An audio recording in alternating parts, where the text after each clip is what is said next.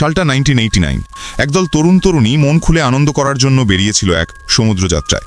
তাদের পরিকল্পনা ছিল চেরনোবিল থেকে 50 কিলোমিটার দূরে একটা নদীতে নৌকায় ভেসে বেড়ানো। আহা, কি দারুণ একটা মুহূর্ত!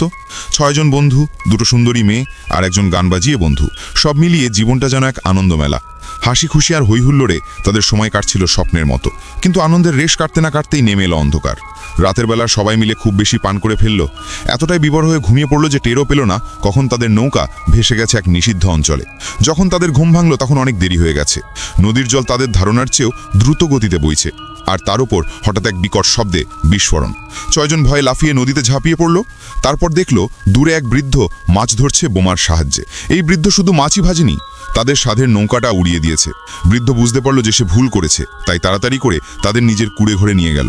কিন্তু বৃদ্ধের ভাঙা পা দেখে সবার মনে ভয় ঢুকে গেল। তারা জানতে চাইছিল এই নির্জন জায়গায় কোনো ফোন আছে কিনা, কারণ 1989 সালে তো আর সবার হাতে মোবাইল ফোন ছিল না, আর জলরোধী ফোন তো কল্পনারও বাইরে ছিল।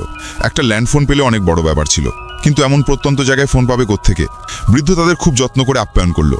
সে বলল, আমি সারা জীবন এখানেই আছি। এটা একটা নিষিদ্ধ অঞ্চল, তবে চিন্তার কিছু নেই, এটা শুধু নিষিদ্ধ অঞ্চলের বাইরের দিক। এই কথা শোনার পর সবার মাথায় একটাই চিন্তা ঘুরতে লাগলো, কিভাবে এখান থেকে পালানো যায়। তারা বৃদ্ধকে জিজ্ঞেস করলো এখান থেকে বেরোবার কোনো রাস্তা আছে কিনা। বৃদ্ধ জানালো এখান থেকে 30 কিলোমিটার দূরে একটা স্টেশন আছে, কিন্তু এই বনের মধ্যে প্রায় 200-র বেশি বুনো কুকুর ঘুরে বেড়ায়। অনেক ভয় আর আশঙ্কা নিয়ে তারা বৃদ্ধের কাছ থেকে বিদায় নিল। কিন্তু তারা কি জানতো সামনে তাদের জন্য কি অপেক্ষা করছে? লেকের পাশ দিয়ে হাঁটতে হাঁটতে তারা মাটিতে কিছু পশুর পায়ের ছাপ দেখতে পেল, বুনো কুকুরের ছাপ। বৃদ্ধ তো আগেই সাবধান করেছিল এমন কিছু দেখলে যেন তারা উল্টো পথে ফিরে যায়। সবাই তাই ভাবছিল, কিন্তু দলের শঠিয়ার ভাই বলে উঠল, ভয় পেও না, আমাদের কাছে বন্দুক আছে, বিপদে পড়লে এক গুলিতেই সব সমস্যার সমাধান হয়ে যাবে। এই শঠিয়ার ভাই একজন সৈনিক ছিল, তাই সে বেশ সাহসী। কিন্তু বন্দুকটা কোত্থেকে এলো তা কেউ জানতো না। বৃদ্ধের বাড়ি থেকে কি পাঠানো হয়েছে? সেদিন সন্ধে হয়ে গেছিল, তাই তাদের একটা নিরাপদ আশ্রয় খুঁজে নিতে হলো। দলের নায়িকা আর শঠিয়ার ভাইয়ের দিকে তাকিয়ে মনে হচ্ছিল তারা হয়তো একসময় প্রেমিক প্রেমিকা ছিল, তবে সেটা শুধু স্কুলের দিনের গল্প। অনেক আগেই তাদের বিচ্ছেদ হয়ে গেছে। এখন নায়িকা ভালোবাসে ছবির নায়ককে। রাত বাড়ার সাথে সাথে শঠিয়ার ভাই আর নায়ক মিলে কিছু ফাঁদ তৈরি করতে গেল, কারণ রাতে বুনো কুকুরের আক্রমণ নিয়েও তাদের ভয় ছিল। সৌভাগ্যবশত সে রাতে শান্তিতেই ঘুমিয়েছিল সবাই। কিন্তু পরের দিন সকালে হঠাৎ এক গুলির শব্দ। তারা ভেবেছিল হয়তো কোনো বুনো কুকুর ফাঁদে পড়েছে। দলের একজন দেখতে গেল, আর যা দেখলো তাতে তাদের মুখ শুকিয়ে গেল। একজন বৃদ্ধ চাচা মারা গেছে। মেয়েরা তো ভয়ে কুকড়ে গেল। তবে মূল সমস্যা এটা ছিল না। চাচার ব্যাগে ছিল থরে থরে টাকা। তারা জানতো না এই টাকা কোত্থেকে এসেছে, বা চাচার পরিচয়ই বাকি ছিল। কেউ কেউ আন্দাজ করলো চাচা হয়তো ডাকাত বা ছিনতাইকারী ছিল আর এখানে পালিয়ে এসেছিল, কিন্তু কোনো উত্তরই তাদের কাছে পরিষ্কার ছিল না। নায়িকার ইচ্ছে ছিল এই ব্যক্তির পরিচয় খুঁজে বের করার, কিন্তু এতে তো প্রমাণিত হবে যে এটা একটা দুর্ঘটনাজনিত হত্যা। যদিও এটা ইচ্ছাকৃত ছিল না, তবুও এর দায়ভার তো তাদের উপরই বর্তাবে। তাহলে কি এই টাকাগুলো রেখে দেওয়া ভালো? তারা সবাই যেন পাগল হয়ে গিয়েছিল। কেউ জানবে না, কারণ এমন নিষিদ্ধ এলাকায় তো আর সাধারণ মানুষ আসবে না। এই পরিস্থিতিতে সবচেয়ে বেশি আতঙ্কিত ছিল ছাই নামের ছোট ভাই আর শঠিয়ার ভাই। দলের 2জন মেয়ে এই ব্যাপারটা ঠিক মেনে নিতে পারছিল না। নায়ক নীরব থাকার সিদ্ধান্ত নিল, কিন্তু সবচেয়ে বেশি প্রতিক্রিয়া দেখিয়েছিল লম্বা চুলের ভাই। সেই ধরনের কাজকে একেবারেই মেনে নিতে পারছিল না। কিন্তু শঠিয়ার ভাই যখন হুমকি দিল যে হয় টাকা নাও, নয়তো কিছুক্ষণ পর আমার হাতে কঠিন শাস্তি পাবে, তখন লম্বা চুলের ভাইও চুপ করে গেল। শঠিয়ার ভাই সবাইকে হুমকি দিল যে এখানে যা ঘটেছে তা যেন কেউ কাউকে না জানায়। যদি সে জানতে পারে তাহলে এর পরিণতি ভালো হবে না। শঠিয়ার ভাই জানতো যে সে একা এত লোককে নিয়ন্ত্রণ করতে পারবে না, তাই সে কাঠবাদাম নামের ভাইকে দলে টানলো আর তাকে একটা বন্দুক দিল। তারপর তারা মানচিত্র ধরে চলতে লাগলো। শঠিয়ার ভাই নায়িকার প্রেমিককেও একটা বন্দুক দিল, একদিকে নিজেদের সুরক্ষার জন্য আর অন্যদিকে সবাইকে শান্ত রাখার জন্য। কিন্তু তারা ভাবতেও পারেনি লম্বা চুলের ভাই পিছনের দিকে পালিয়ে গেল। শঠিয়ার ভাই আর নায়ক দুজনেই তাকে অনুসরণ করলো। অবশেষে তাকে গুলি করা হলো, সে মাটিতে লুটিয়ে পড়ল। শঠিয়ার ভাই প্রথমে তার কাছে পৌঁছলো, মাটিতে বসলো, তারপর নায়ককেও টেনে এনে বসিয়ে দিল। তারপর দৌড়ে ফিরে এসে সবাইকে তাড়াতাড়ি চলে যেতে বলল। নায়িকা জিজ্ঞেস করলো কি হয়েছে। শঠিয়ার ভাই বলল জঙ্গলে কেউ লম্বা চুলের ভাইকে গুলি করেছে, কে মেরেছে সে জানে না। কিন্তু নায়কের মনে হলো শঠিয়ার ভাই তার বন্ধুকে হত্যা করেছে।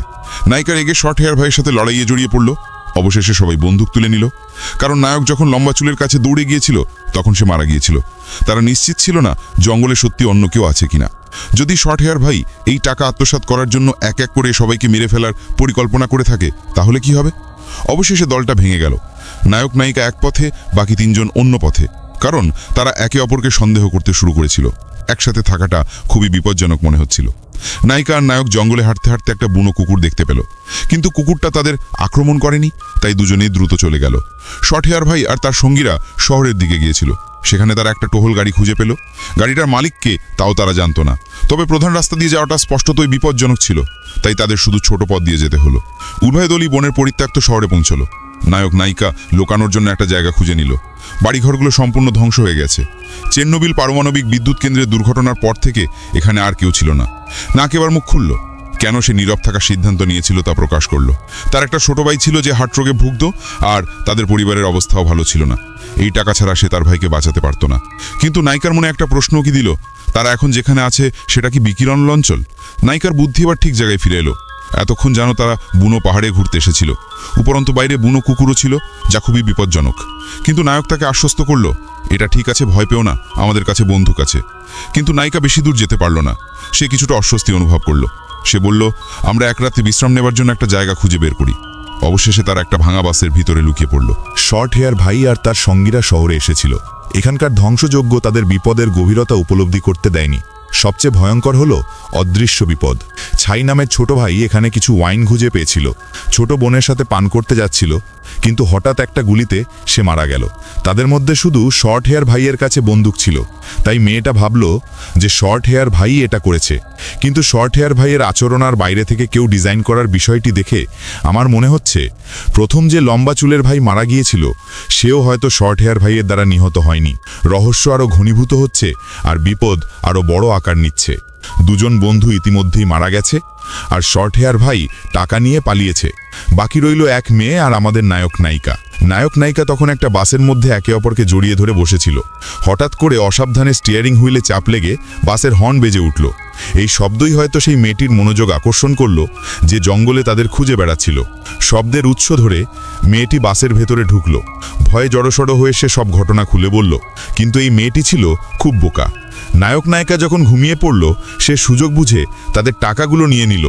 তারপর ছুটে চলল রাস্তার দিকে। ঠিক তখনই একটা গাড়ি পাশ দিয়ে যাচ্ছিল। মেয়েটি তো দেখলই না যে গাড়িতে বসা লোকটার মুখে মাস্ক ছিল। সোজা গাড়িতে উঠে পড়ল সে, কিন্তু পেছনে একবার ফিরে তাকানোর আগেই লাফিয়ে নামতে বাধ্য হলো। কারণ পেছনে পড়ে থাকা মৃতদেহটা ছিল সেই চাচার, যাকে শুরুতে দুর্ঘটনাক্রমে তারা মেরে ফেলেছিল। এর মানে কি তারা সবাই এক দলের লোক? মেয়েটি বুদ্ধিমত্তা কম হবার কারণে দ্রুত মারা পড়ল, কারণ এই টাকা দেখে অন্যরাও বুঝতে পারছিল কি ঘটছে। তুমি নিষিদ্ধ এলাকায় ঢুকতে চাইলেই তো আর ঢুকতে পারবে না, তাই না? নায়ক নায়িকা ঘুম থেকে উঠে দেখল মেয়েটিও নেই, টাকাও নেই। অবশ্য টাকা না থাকাটা তাদের কাছে তখন দ্বিতীয় গুরুত্বপূর্ণ বিষয় ছিল, কারণ আশেপাশে অসংখ্য বুনো কুকুর দেখা যাচ্ছিল। বুনো কুকুর মানে কি? মানে যাদের কেউ পোষে না, যারা প্রায়ই ক্ষুধার্ত থাকে, আর মানুষ দেখলে তাদেরও সুস্বাদু মনে হয়। দুজনেই জানালার বাইরে তাকিয়ে মুখ ফ্যাকাশে করে ফেলল। মনে হলো নিষিদ্ধ অঞ্চলে সব বুনো কুকুর যেন এখানেই চলে এসেছে। এমনকি একটা কুকুর দরজা দিয়ে ভেতরে ঢুকে পড়ল। ভাগ্যিস তাদের হাতে বন্দুক ছিল, না হলে তারা মুহূর্তেই শেষ হয়ে যেত। তারপর তারা গাড়ির ছাদ দিয়ে বাইরে বের হলো। নিচে বুনো কুকুরদের দেখে ভয় না পাওয়াটা মিথ্যা কথা হবে। আশেপাশে কিছু ভাঙ্গা গাড়ি পার্ক করা ছিল, তারা গাড়ির ছাদ থেকে লাফিয়ে যেতে পারত। তবে এই পথটাও বেশ বিপজ্জনক ছিল। অবশেষে খুঁজতে খুঁজতে দুজনেই শর্ট হেয়ার ভাইকে খুঁজে পেল। এই শর্ট হেয়ার ভাইয়ের ভাগ্য বেশ ভালো ছিল, কিন্তু সে নায়ক নায়িকাকে ছেড়ে দেওয়ার কোনো পরিকল্পনা করেনি। শেষ পর্যন্ত নায়িকা একটি গুলি ছুড়ে তাকে মেরে ফেলল। নায়িকা আসলে এটা করতে চায়নি, কিন্তু বেঁচে থাকার জন্য তাদের আর কোনো উপায় ছিল না, কারণ দুই পক্ষের ভুল বোঝাবুঝি ক্রমশ বাড়ছিল। উভয় পক্ষই ভেবেছিল যে অন্যজন মানুষ মেরেছে। ঠিক এই সময় বাইরে বুনো কুকুরের ডাক শোনা যাচ্ছিল। নায়ক টাকা ভরা ব্যাগটি নিয়ে দ্রুত চলে গেল। হতভাগ্যা শর্ট হেয়ার ভাই মারা যাওয়ার পর বুনো কুকুরের আক্রমণে পড়ল। এমনকি যদি সে আক্রমণে নাও পড়ত, জঙ্গলে বমি করার তার অবস্থার অনুসারে বিকিরণের কারণে সে বেশি দিন বাঁচত না। এই সময় সেই অপরিচিত লোকটি তার সঙ্গীর মৃতদেহ দাফন করছিল। এই দাফনের স্থান কি ছবির শুরুতে যেখানে বুনো কুকুর দেখা গিয়েছিল সেই একই জায়গা নয়? যখন নায়ক আর নায়িকা কোনোভাবে বৃদ্ধের বাড়িতে ফিরে এলো, বৃদ্ধ বাড়িতে ছিল না। তারা আবিষ্কার করলো যে বৃদ্ধ সেই চাচার সাথে ঘনিষ্ঠ সম্পর্ক রেখেছিলেন। মনে হচ্ছে তারা বাবা ছেলে হতে পারে। এর অর্থ তারা বৃদ্ধের ছেলেকে হত্যা করেছে। আর টেবিলের উপর রাখা সংবাদপত্রটি সম্ভবত একটি চুরির ঘটনার সম্পর্কে। বৃদ্ধ আর চাচা কি বিপুল পরিমাণ টাকা চুরি করে এখানে লুকিয়েছিলেন, নাকি কেবল তার ছেলেই চুরি করেছিল? ঠিক এই সময়ে বৃদ্ধ ফিরে এলেন আর টাকাও ফিরিয়ে আনলেন। দুজনের লুকানোর কোনো জায়গা ছিল না, তাই তারা উপরের তলায় ছুটে গেল। কিন্তু টাকার ব্যাগটি আটকে গিয়েছিল আর টেনে তোলা যাচ্ছিল না। তাই তারা এটিকে টেবিলের নিচে রেখে দিতে বাধ্য হলো। বৃদ্ধ বাড়িতে ফিরে প্রথম কাজটি করলেন এই টাকায় বিকিরণ আছে কিনা তা পরীক্ষা করার। যখন যন্ত্রের সংখ্যাগুলো ওঠানামা করতে দেখলেন, বৃদ্ধ খুব রেগে গেলেন, কারণ এই বিকিরণ মারাত্মক হতে পারত।